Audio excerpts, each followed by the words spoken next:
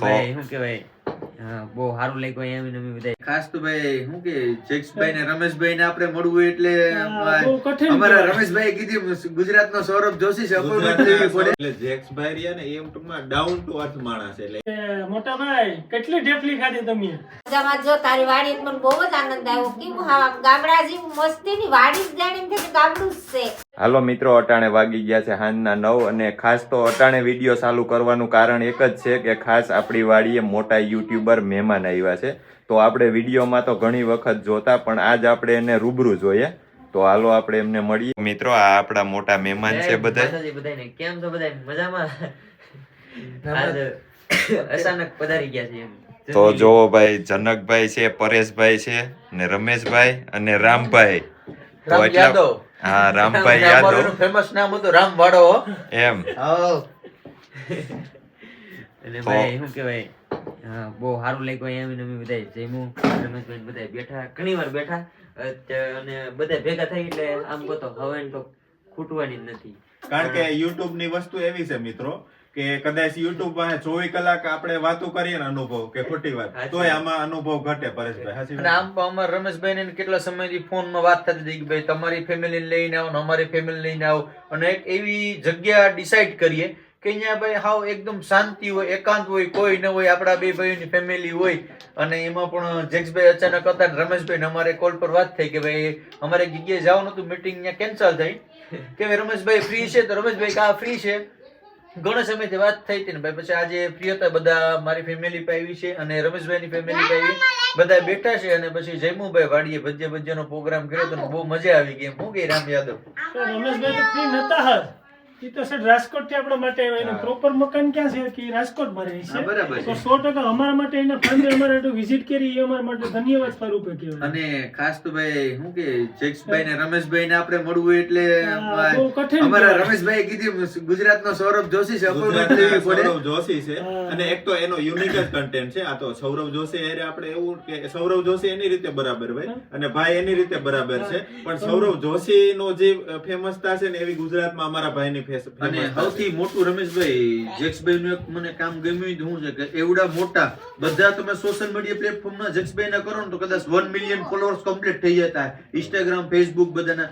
પણ તમે જો આજે આપણે ઘરે પર બેઠા છે, કોઈ દી મોટપ નહીં, તમે નાનામાં નાનો માણસ હોય ને, આઈડીમાં જો નાના માણસ હોય ને એની સાથે પણ એ વાત કરે છે, મેસેજમાં પણ રિપ્લાય આપે છે બધામાં. મતલબ કે એને એવું કે મોટપ નહીં કે મારા એટલા ફોલોઅર્સ છે તો ઈગો નહીં કે હું કોઈની સાથે વાત ના કરું, એ એક એનો પ્લસ પોઈન્ટ છે એમ. એટલે જેક્સભાઈ રહ્યા ને એમ ટૂંકમાં ડાઉન ટુ અર્થ માણસ છે. એટલે એવું નહીં કે ભાઈ ફોલોવર નું ઘમંડ લઈને ફરવું. અને મેં ઘણા બધા પરેશભાઈ જોયા છે કે 5,000 ફોલોવર થઈ જાય તો એને કઈક હું સમજતા હોય ખબર નહીં, જવાબ ન આપે, આપણે ફોલો કર્યો તો અનફોલો કરી નાખે, એવા ઘણા જોયા છે આપણે માર્કેટમાં. એટલે આપડા જેક્સભાઈ ને આપણે સૌરભ જોશી હારે નામ આપીએ, પણ હું તો સૌરભ જોશી કરતા પણ બેસ્ટ માનું, કારણ કે આપણા ગુજરાતના છે અને એની રિયાલિટી એકદમ બતાવે છે એમ. એની રિયાલિટી, એના વ્લોગ તમે બધા જોતા જઈશો, એના મમ્મી પપ્પા ને બધું જે એની જે ત્યાંની લાઈફ બતાવે ને ખેતરની, એ એકદમ જોવા જેવી હોય. એટલે એકદમ મજા આવે જોવા. અને મિત્રો તમે લોકો ખાલી છે ને તમે જે બ્લોગિંગ જોતા હોય ને 8-10 મિનિટ હોય ને, તમારા માટે 8-10 મિનિટ એટલે કઈ ન કહેવાય કે ભાઈ આમાં કઈ ન હોય, પણ એ 8-10 મિનિટની પાછળ જે અમારું જે મંતવ્ય હોય ને, મતલબ કે અમે સવારે ઉઠાવી હાંજ લગી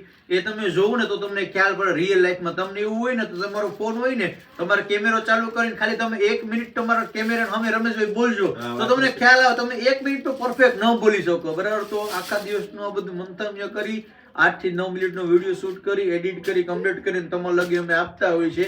અને તમે લોકો એટલા સપોર્ટ આપો એ અમારા માટે મહત્વનું હોય ને રમેશભાઈ. 100% જો બેસીને નાના મોટી બધા વાત કરીએ ને રમેશભાઈ અરે મને વિચાર આવ્યો કે કોમેડી રીલ વિચારી આવે બનાવવા દે તો બનાવીશું 100%. પણ મારા નાના ભાઈ રમેશભાઈ નું કામ જ નથી, કારણ કે એનું ફની કન્ટેન્ટ નથી. કેમ ભેગું થાય? રમેશભાઈ નું સજેશન તમે કેવા એવી કોમેડી કરી એક વિચારીએ ભાઈ કઈક અલગ થોડી વાત કરી. અંદર મારા મમ્મી ને એ પણ છે મિસિસ ભારતી સોલંકી, તો આગળ નેક્સ્ટ વાત આપણે એની સાથે કરીશું, રમીબા સાથે. ભાઈ ઘણા બધા એમ કહે છે કે મેં હમણાં યુટ્યુબ ચેનલ ચાલુ કરી તો વ્યૂ નથી આવતા, તો એના વિશે તમે શું કહો જનક? 2 વર્ષ થઈ ગયા મારા યુટ્યુબમાં, પ્લસ આમ કામ તો હું ટિકટોક વખતથી કરતો, પણ 1-2 ચેનલ બેન કરી દીધું. ઘણી બધી મહેનત કરી એમ, પછી આ ચેનલ હાલી તેનું ડેલી બ્લોગિંગ કરું. એ પેલા હીરા ને એવું ભણતો. અને બાકી તો ભાઈ પરેશભાઈ છે એમને પણ આપણે જોયા જ છે. તો પરેશભાઈ તમારે કેટલો ટાઈમ થયો?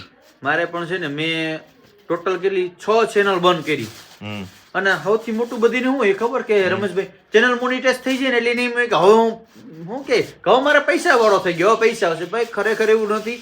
યુટ્યુબમાં વ્યૂ આવે તો જ પૈસા મળે. એટલે તમારે પહેલા શું કરવાનું, તમારું કન્ટેન્ટ સારું હોય તો વ્યૂ આવશે, ને વ્યૂ આવશે તો સબસ્ક્રાઈબર પર આવશે, ડોલર પર બનશે. બાકી તમારા મગજની અંદર જે કંઈ પણ હોય ને કે ભાઈ એકવાર ચેનલ મોનિટાઈઝ થઈ ગયા પછી આપણી મેરે પૈસા આવશે, તો એ શક્ય નથી. કારણ કે મારી ઓલરેડી 2 ચેનલ મારી છે મોનિટાઈઝ હતી, મેં બંધ કરી દીધી. 6 ચેનલ બંધ કર્યા પછી 7મી ચેનલમાં આપણે રિસ્પોન્સ મળ્યો. એટલે તમારે ક્યારેય છે ને હાર નહીં માનવાની મિત્રો, મહેનત કરતી રહેવાની. બરાબર. અને તમારી અને રામભાઈની કોમેડી પણ એકદમ જોરદાર હોય. અરે એ તો અમારા સોમનાથમાં ભૂકા કાઢી નાખે, નાનો ભાઈ ને મોટા ભાઈ. તમે તારે જો આમ કઈ ઘટે ને મજા આવે. એક પબ્લિક ને થોડુંક આપણા થકી કોઈ હસે ને એ પણ એક મહત્વનું હોય. ને આમ બે ભાઈ નવા બેઠા બેઠા કંઈક ને કંઈક નવા ખેલ કરતા જ હોય અમે બે ભાઈ એમ. તો જો મિત્રો રામભાઈ પણ આવી રહ્યા છે. તો રામભાઈ ને પણ એક ચેનલ છે. તો રામભાઈ તમારે કેટલો ટાઈમ થયો? મારા ચેનલ ને 1.5 મહિનો થયો ને મારે અત્યારે 6000 ઉપર સબસ્ક્રાઈબર છે. એટલે એ મેં 1.5 વર્ષ પહેલાનું કામ કરતો ને મેં આજથી પહેલા 3 વર્ષ પહેલા યુટ્યુબમાં પોતાની ચેનલ ચાલુ કરી ને નારિયેળીનો એક ડિટેલ વિડીયો નાખ્યો હતો ને 724 વ્યૂ પડ્યા હતા. ને પછી હું ક્યાં ગયો કે ચેનલ પછી પાટ વાળ લીધો. મોટા ભાઈ કેટલી ઢેફલી ખાધી તમે? એટલે એવું બધી એક્સપ્લોર ન કરવાનું. જોયું ને તમે ટીમ કરીને મને કીધું હતું કે મારા મોટા ભાઈ કેટલી ઢેફલી ખાધી એમ. એટલે આવું કંઈક ને કંઈક યુનિક હાલતું હોય ને બહુ મજા આવે. અને અત્યારે બધા વાડીએ બેઠા છે, ગાંડી ગીરની માલી પર મદદ કરીએ શું કહેવાય બેઠા છે. અને પછી આમ બહુ મજા આવે, ફેમિલી સાથે આવ્યા છે એટલે અહીં વાડીની અંદર. તો વાડીએ કેવી મજા આવી આમ અમારી વાડી તો વાત જ પૂછો માં, કારણ કે વાડીનું વાતાવરણ છે ને તો કંઈક નેક્સ્ટ લેવલનું જ છે.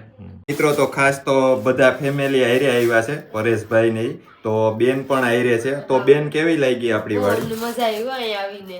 તમે તમારા ઘરે આવ્યા હતા તો જમ્યા નતા, અમે તો અહીંયા આવીને જમી લીધો. હવે ના તમારો વારો પણ છે. અમારી પાસે એટલો બધો તો ટાઈમ નહોતો, પણ નહોતો, હવે આવશું ને, time લઈને આવીશું ને. હવે આવશું તો ઈ અમે ટાઈમ લઈને જરૂર આવશું. જરૂર આવજો.